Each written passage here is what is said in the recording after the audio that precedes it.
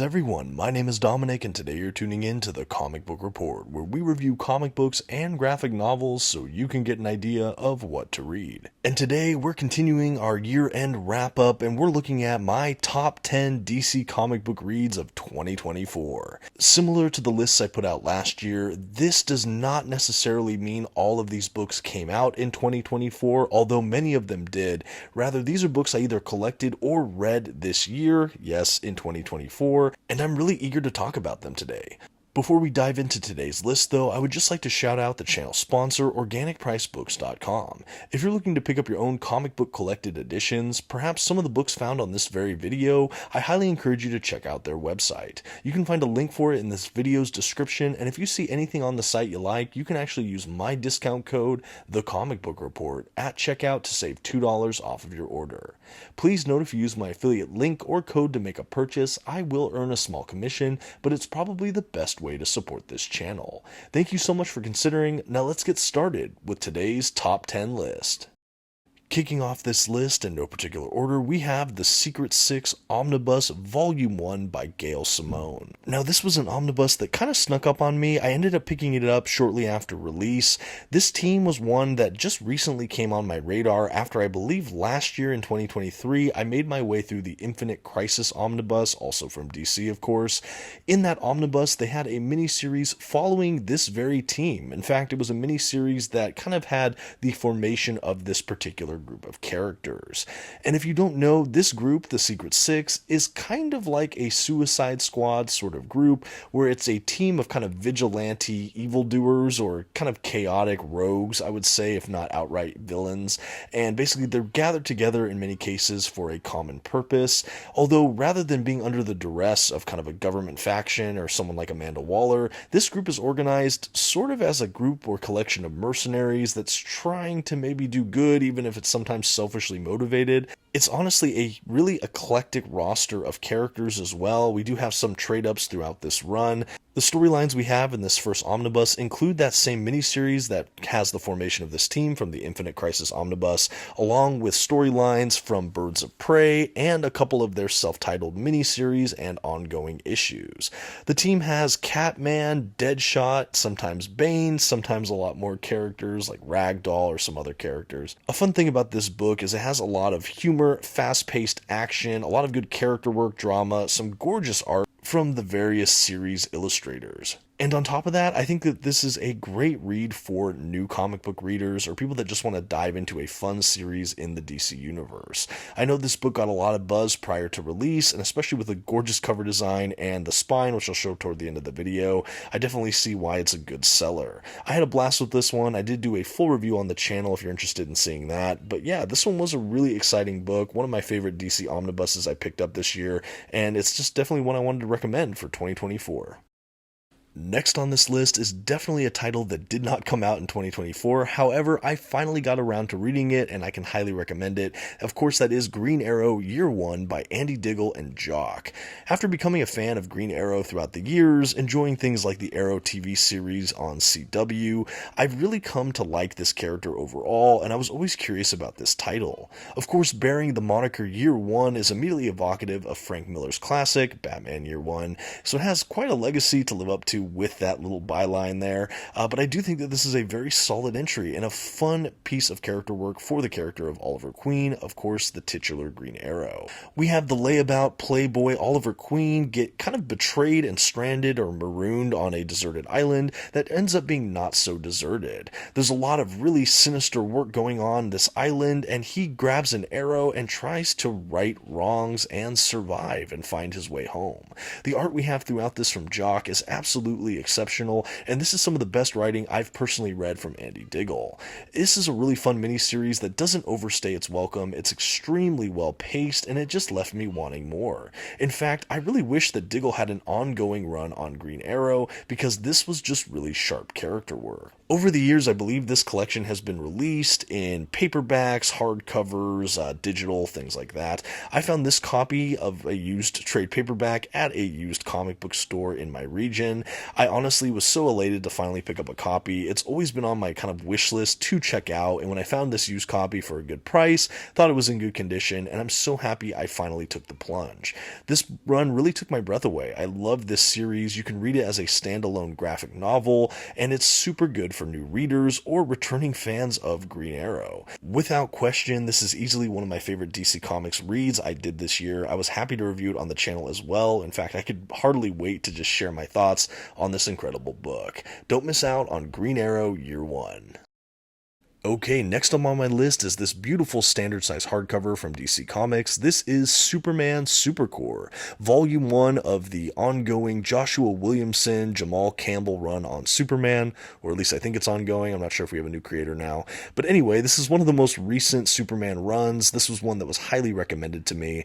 I've of course enjoyed Williamson from previous works I've read of him, like Birthright or things in The Flash. I know he's a really good writer. I'm just seeing more and more from him that I've greatly enjoyed. Anyway, this was one that was recommended by quite a few people, and I'm so happy I picked it up. It has beautiful artwork throughout from Campbell. I absolutely love this guy's visual style. It really fits the Man of Steel just exquisitely. There is a kind of cartoony aspect to it that feels warm and inviting, and yet we have some incredible panel layouts, some great action sequences. The character models are all really distinct and interesting, and I just love it. The coloring throughout this as well is absolutely jaw-dropping. And as far as the writing goes, I think Williamson really understands our favorite DC hero here with Superman. We have a lot of his supporting cast of characters, Jimmy Olsen, Lois Lane, Lex Luthor, of course, all showing up and making great appearances. We have a couple great villain interactions as well, and kind of a tease for an ongoing kind of bigger threat to this mythos, and I overall thought that this was a great place to relaunch Superman. I think if you're looking for a kind of contemporary Superman title, if you're a newer reader for Superman and you want to jump in somewhere, I actually think that this is a really good place to do so. As a longer term Superman fan, this was definitely a breath of fresh air in many ways that felt like a back to basics approach that still captures everything I like about Superman. I was actually amazed at how well Williamson contemporized this amazing character. I think for a lot of people, Superman almost feels like that piece of Americana that's kind of buried in the early 1900s, and a lot of modern writers have had different approaches to the character, but there's something old school about Superman that I think a lot of people lean into. But what I like about Williamson's approach is this feels like a modern Superman while still maintaining everything that makes this character who he is, and I really dug it. I can't say enough good things about this run so far. Highly recommend it for those interested. Next up, we have another DC Omnibus edition I was so eager to finally finish up this year. This is the 52 Omnibus. I know I've spoken about this title a couple times on the channel, but I had to throw it on my best of for this year because I just think this book is spectacular. Honestly, this is such a just groundbreaking and just unique collection that I really want to speak highly about. I think even in the time since I finished it and reviewed it, I've had more time to reflect on everything that was achieved in this run, and I'm just kind of left awed in many ways. For those that don't know, this takes place kind of in the aftermath of Infinite Crisis, so honestly, if you already have that omnibus, I even more recommend this one, because it's a very fun follow-on. Do you need to read Infinite Crisis before enjoying this omnibus? I think no, I don't think you need to. I think you can read this relatively self-contained, although if you have read Infinite Crisis, it would certainly help, and it would also help to have a general knowledge of the DC Universe and its characters. Why I say that is because 52 really puts kind of the lesser, secondary, or third tier DC heroes and villains and kind of thrust them into the limelight to hold their own parts in this massive series. Kind of taking center stage throughout this run, we have characters like Black Adam, The Question, Booster Gold, Steel, and more. I really like it. Basically, this takes place across a year in the DC Universe, and the fun thing about it is that these issues were released weekly. The title was called 52, it ran for 52 issues, 52 weeks, one full year, and these issues kind of took place in real time. What do I mean by that? Each issue took place across 1 week in the DC Universe. Issue 2 would be the following week, issue 3 would be the week after that, and so on and so on. Why this this is so cool is for us, as these issues were released weekly, you kind of felt like you were going in real time through this year. This year is also really important in the DC Comics history because this is the year without Batman, Superman, or Wonder Woman. They all kind of stepped away from their tights and kind of lived their own lives after the events of Infinite Crisis. And that's really why you had this vacuum for these new players to show up and take center stage. An absolutely fantastic read. We have a huge collaboration of amazing creators. If you want more information on this book, definitely check out my review, but for the sake of this video, I had to recommend it. Easily one of my top 10 favorite DC books I've read this year. Next on this list today is probably not a huge surprise to people that have been following my channel this year, as I've spoken about this book so often, but this is Aquaman Andromeda by Ram V with art from Christian Ward. An absolutely unbelievable title from DC's Black Label imprint. If you don't know, Black Label is kind of designed for more mature or adult readers in mind. Sometimes the stories don't directly link into the mainstream continuity, but these books are really fun. It seems to also prioritize some of the art direction I've noticed. That's why we have this incredible over large format. I really enjoy it. But Aquaman Andromeda is a, I believe, 3-issue kind of limited series from DC that gives us kind of a cerebral, psychological thriller, sci-fi kind of story, borderline horror. Honestly, my biggest analog for Aquaman Andromeda is the film or novel Sphere. If you've ever seen that, it has a lot of the similar vibes here, but essentially the story of Aquaman Andromeda is there's basically some kind of artifact or thing that's been found at the bottom of the ocean. You have this sort of military mercenary group assemble this team of scientists and mercenaries and people to go in this expedition in this submersible under the ocean to explore and try to retrieve this object before anyone else, any local government, any group or faction. Along the way, as this submarine goes further into the depths, strange things start happening both aboard the ship and as they get closer to this object, which seems to have its own power or aura or thing going on. Along the way, the ship also encounters Aquaman, who in this incarnation is really, really freaky looking. He almost looks kind of spectral or ghost-like. You know, he has barnacles or kind of corals growing off of him. Honestly, this vision of Aquaman is so haunting and interesting to me. We also have the forces of Black Manta to kind of play as the opposition for a lot of this book. And yeah, it's just really fun. A great psychological, tense suspense thriller, some elements of horror, and easily unlike any Aquaman story I've ever read. This is a great standalone work. You don't have to know anything about any of these characters to enjoy it, and I can't recommend it highly enough. This is easily one of my favorite books of the year that also just happens to have been published by DC Comics. Don't miss out on Aquaman Andromeda. Keeping this list moving, oh yeah, another one of my favorites from this year. I guess that's going to sound kind of redundant in these top 10s, but yes, this is Swamp Thing, the new 52 Omnibus from DC Comics. We have some incredible work here from writers Scott Snyder and Charles Soule, along with all of the artists attached to this book. This was one massive tome that I loved making my way through. Ever since I first read the pages of Alan Moore's Swamp Thing, I've been a fan of Old Swampy, and I've read some of the other runs off and on here and there, and this was actually the beginning of this run in the New 52 with Scott Snyder. This is also one of the earliest kind of Swamp Thing books I ever took part of. I never actually finished this run out though. I always meant to kind of come back to it. I was always curious what happened with this run, and to have the opportunity to read the entire thing this year and review it, it was an absolute blast. I think what's most surprising to me about this omnibus, and certainly something I didn't expect, is that the run is really divided into 2 distinct parts. Sorry, I should say the book is divided, because in this book we have 2 separate runs collected, the run from Scott Snyder and the run from Charles Soule, both of which are sandwiched together in this one massive volume, and it's really a great treat. I am a huge fan of DC's New 52 era. It was such a great onboarding place for new readers like myself, and so I'll always have a soft spot for it. I think that this run is also super accessible to new readers to that end, and what I like about it too is the first half of this book, the run that follows Scott Snyder stuff, is a straight up just blockbuster body horror kind of series where we have Swamp Thing and Animal Man teaming up to fight the forces of the rot, the kind of force of decay and evil, and it's just this huge thrill ride, high octane adventure and straight up gruesome body horror elements, again, for fans of that genre.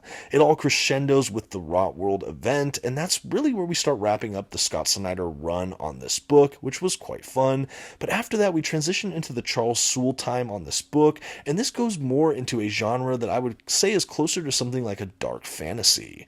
This had a lot of really fun, smaller story arcs. We didn't really have as much to the scale of something like Rot World, and really the whole pacing and everything really shifted. The art feels in many ways less surrealistic, and this felt closer to kind of the tone that I associate with Swamp Thing, going back to Len Wein stuff or Alan Moore stuff, kind of that more dark fantasy aspect. I really did enjoy that. I thought we got some great character work throughout Soule's portion of this omnibus as well. Anyway, highly recommend. Next on this list, of course, is Supergirl Woman of Tomorrow, the Deluxe Edition, from Tom King and Bilquis Evely. This was one of my most anticipated releases of this year, 2024, and I cannot tell you how jaw-droppingly beautiful this book is, especially now in this gorgeous oversized hardcover edition. For folks that perhaps don't remember, Supergirl Woman of Tomorrow was actually my pick for Book of the Year last year, 2023. I had the trade paperback, and I just fell in love with it. The artwork from Bilquis Evely is unlike anything I've ever seen. It's high fantasy, just evocative, gorgeous. It's absolutely sprawling kind of artwork. It's so immersive, intriguing, interesting, and so utterly distinct. You pair that with Tom King's amazing writing, narration, and just the whole story he constructs here. I just really adored it. This book has a lot of heart, ferocity, and it's just really, really spellbinding. I really love that book in general, but when I heard it was getting a deluxe edition, I knew that this would be a book for me. This deluxe edition is oversized with a beautiful dust jacket and a ton of extras. Also, we have these beautiful chapter breaks between each of the issues, which I thought was a lot of fun. And again, just really fun. I knew I liked the trade paperback, so I thought the deluxe would just be more goodness, and I was not disappointed. For those that don't know, Supergirl Woman of Tomorrow is essentially a standalone that you can read. It feels outside of the main continuity. I don't know if it is or isn't, but it essentially tells the story of a young girl whose father is murdered by this devious criminal who then flees to the stars. We have this young girl pairing up with Supergirl as they kind of begin a quest for her vengeance, but along the way, Supergirl really helps inspire this young girl, and Supergirl is reminded of her own place at a really interesting crossroads in her own life. We go through all these different planets, cultures, things like that. We see the art from Evely beautifully displayed across it all, and again, I can't even tell you how wonderful this work is as a whole. It's even better than the sum of its individual parts. I can say all of these different checklist items for why this book is great, but until you read it all together and read it for yourself, I don't think I'll ever quite do it justice. And if you do pick it up, I definitely recommend in this beautiful deluxe edition, easily on my list for best books of 2024. Next on this list, I wasn't sure if I was going to throw it on here, but the more I thought about it, I think I had to. This is Batman the Winning Card by Tom King and Mitch Gerads. These two have collaborated across a number of years on some pretty amazing titles. This book is another one that almost slipped past my radar though. For those wondering, this is a standard size hardcover edition, and as far as I know, this exact format for this work was only available at Target retailers. So this was an exclusive I went ahead and picked up in store, and I'm really happy I did. This is from the pages of The Brave and the Bold, I believe, if I'm not mistaken, but it's sort of a retelling of the first Batman-Joker encounter. And it's done in a truly haunting style with Mitch Gerads at the helm for art. It's unbelievably creepy. He employs this device, him and Tom King, where the Joker, whenever he speaks, it cuts to kind of a black and white title card that has his dialogue, and the Joker is just this really fiendish looking ghoul all throughout this book.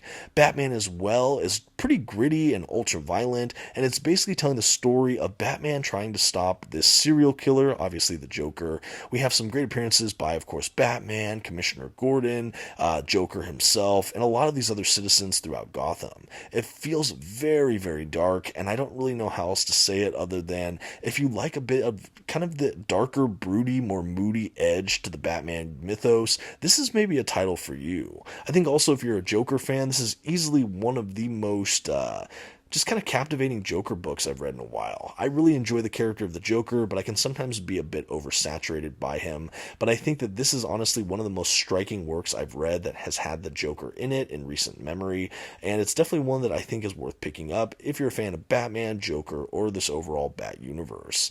Like I said, it was a little bit under my radar. I do think if you were unable to get the Target exclusive, I believe they had a trade paperback collecting this same material, if I'm not mistaken, but I had to go for the exclusive. I love the cover with Joker with the balloon and the little girl on the bench. I just think it's so creepy, and it absolutely sells the kind of vibe you get from this story. The art from Mitch Gerads is sharp as always and really lends so much to this whole world that Tom King helps to construct. And as a general fan of Tom King and Tom King's Batman, I knew I had to pick this up for the collection, and I was not disappointed. Next on this list, of course, The Dark Knights of Steel, Volume 1 by Tom Taylor and Yasmin Putri. This was kind of an interesting DC Elseworlds sort of book that I had really wanted to check out for some time. This whole first initial run is broken up across these 2 volumes. I still have not read the Volume 2, although I'm really hoping to get to it in 2025. I think they're also coming out with a complete collection at some point in 2025, if I'm not mistaken. But yeah, this Volume 1 collects the first handful of issues for this little maxi series. It's essentially a high fantasy kind of reimagining of the DC universe, kind of a what if medieval times sword and sorcery kind of genre. What if that era is what the DC universe was born into? We begin this work essentially with the destruction of Krypton, and we have Clark making his way to Earth along with his parents. This kind of has a whole different ripple within this universe, and it's really fun to see how Tom Taylor remixes a lot of our fan favorite characters, including Batman, Wonder Woman, and more. What I really liked about this is I think it really plays to the strengths of something that Tom Taylor is quite good at. While I do like conventional runs from him, things like Nightwing or over on the Marvel side, All New Wolverine, I think Tom Taylor does have a sweet spot with these kind of open sandbox reimaginings of characters. I'm looking at things like when he got to play with the DC Universe in a fun way in Deceased, which was kind of a zombie version of the DC Universe. And over at Marvel, he's had Dark Ages, which I really liked. DC, again, he had Injustice, which was kind of dystopian Superman DC Universe. So I really like whenever he gets to play in these sandboxes where you just can tell he understands the voices of what makes these characters great, but he just gets to play kind of without constraints. At least it seems like you get to play in these other universes that really, there's just such a palpable sense of stakes because at any moment anything could happen because you're in this other universe. And I think as a fantasy genre fan, this was just a real fun treat. I don't want to go into it too much because I don't want to spoil a lot of the twists and turns for you that are interested. I know I want to still pick up Volume 2 myself, but this was a blast. The art from Putri throughout is gorgeous and really, really just imaginative and distinct, and I just highly recommend Dark Knights of Steel. And finally, rounding out my list for top 10 DC Comics reads for 2024, I have to talk about the DC vs. Marvel Omnibus. This is easily one of the most anticipated books of the year, and honestly, this book is a real treat. For those that don't know, DC basically announced this omnibus, and supposedly there's only going to be one print run of it ever. Again, we'll see. I never say never in comics, but right now it sounds like there's only going to be one print run, and this omnibus includes all of the major crossovers between these two companies, I think with the exception of Justice League versus Avengers. That was not included in this omnibus, sadly, but I believe everything else is here and intact. I had read and looked over some of these stories in previous trade paperback releases years and years ago, and this is actually the only book on this list I have not read all the way through at this point, I believe. I'm still making my way into it, but it's a lot of fun. We have some crossovers beginning with Superman and Spider-Man all the way through. I believe this book ends with a Batman Daredevil crossover, and we go across several decades of these crossovers, so we get to see a real evolution for the art styles throughout this book.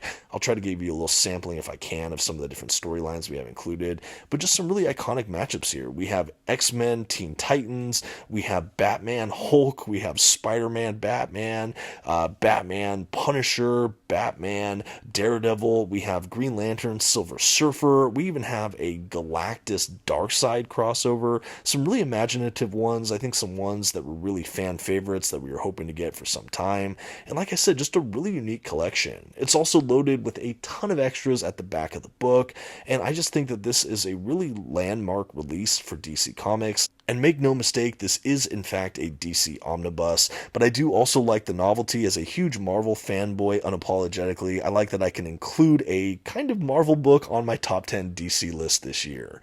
If you haven't checked this out yet and you're interested, I highly recommend trying to pick up a copy before they sell out. But yeah, this is the DC vs. Marvel Omnibus, one of my picks for best DC books of 2024. Okay, and with that, we're going to go ahead and start wrapping up this video. This has been my choices for top 10 DC comic book reads of 2024. Again, these books might not all have come out in 2024, although many of them have. These are just books I've read or collected that really stood out to me as my top 10 favorite from this publisher. Again, DC releases so many great books. I know people are always reading new DC comics for the first time, and honestly, I would love to hear in the comments below, have you read any of the books in my list today? Do you enjoy any of them? And also, what were some of your favorite DC comic book reads that you've had this year, 2024? And if you're really ambitious, you can even give me your top 10. And again, for those wondering, this is not in order from 10 to 1. These are just all my top 10 favorites, just to clarify. But yeah, I hope you've enjoyed this list video. I really enjoyed doing my best ofs last year on the channel, and I thought I'd do another round for everyone here. So again, I hope you've appreciated it. If you want to see some of my picks for last year, definitely check out my video from last year.